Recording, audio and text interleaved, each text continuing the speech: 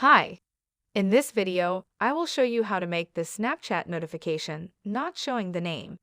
So if you are iPhone user, you can simply do it because in the iPhone Snapchat, give the privacy for not showing the name of your friend of Snapchat while sending your streaks or messages.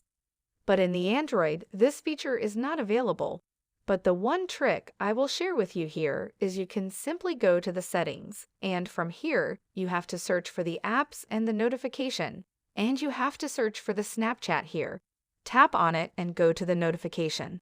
Simply customize these notifications according to your choice, or you can simply turn off the notification of the Snapchat, so no problem will appear for you or by displaying the name.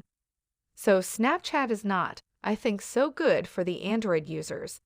They give more features or the most features for the iPhone. So this is the only trick for the Snapchat Android user to hide the notification. I hope this video will helpful for you. See you next time. Thank you.